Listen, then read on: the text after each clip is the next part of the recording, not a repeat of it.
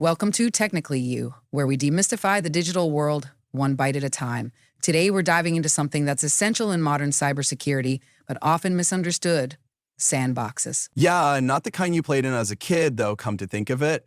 There are similarities. These sandboxes isolate things to keep them safe, only we're talking about malware, zero-day exploits, and suspicious code.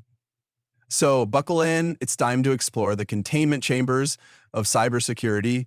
Let's start with what a cybersecurity sandbox is. A cybersecurity sandbox is an isolated virtual environment where potentially malicious software can be executed and analyzed without risking damage to the actual system or network. It's like putting a wild, untamed animal in a cage before letting it roam your house. You can study it, poke it, see what it does, without it wrecking everything. Can you cover how it works? Yes, of course. Sandboxes replicate an environment similar to a real operating system. When a suspicious file or application is placed in the sandbox, it's allowed to execute just as it would in the real world. The sandbox logs behavior. Does it try to contact external servers? Encrypt files? Inject code? These behavioral cues help security analysts determine if something's dangerous. Many advanced boxes use behavioral analysis, machine learning, and heuristics, looking for known bad patterns, even if the malware is new.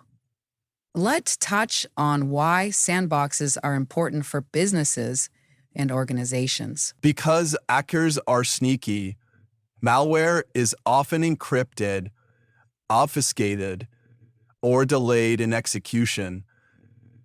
A sandbox gives you a safe place to unpack and observe. Plus, they're great for catching zero-day threats, those new attacks that don't yet have a signature or patch. And in business environments, sandboxes help protect endpoints, email servers, cloud storage, even IoT devices. Here are a couple of types of sandboxes: installed on an individual system, often part of an individual system, often part of an antivirus package. Network-based sandboxes sit at the perimeter and analyze suspicious files before they enter the network. Cloud-based sandboxes, scalable, often integrated into next-gen firewalls and endpoint detection platforms. And there's also dynamic analysis sandboxes, which simulate user behavior to trick malware into revealing its true intentions.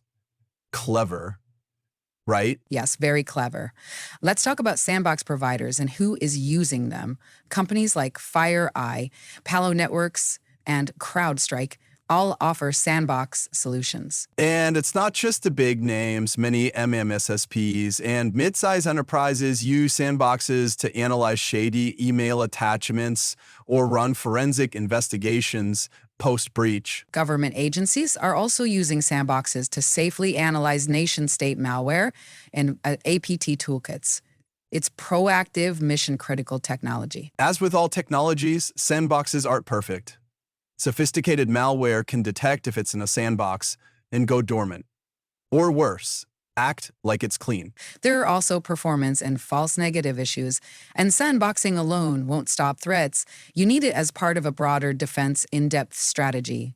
So if you are wondering what the future of sandboxing is, we'll expect more AI-enhanced sandboxes that learn attacker behaviors, and automated orchestration with SOAR and Actimator platforms. Also, cloud-native sandboxes are becoming standard. And with remote work expanding, sandboxes are moving closer to the edge, protecting devices wherever they go. Sandboxes give us a rare gift in cybersecurity, a safe space to study danger.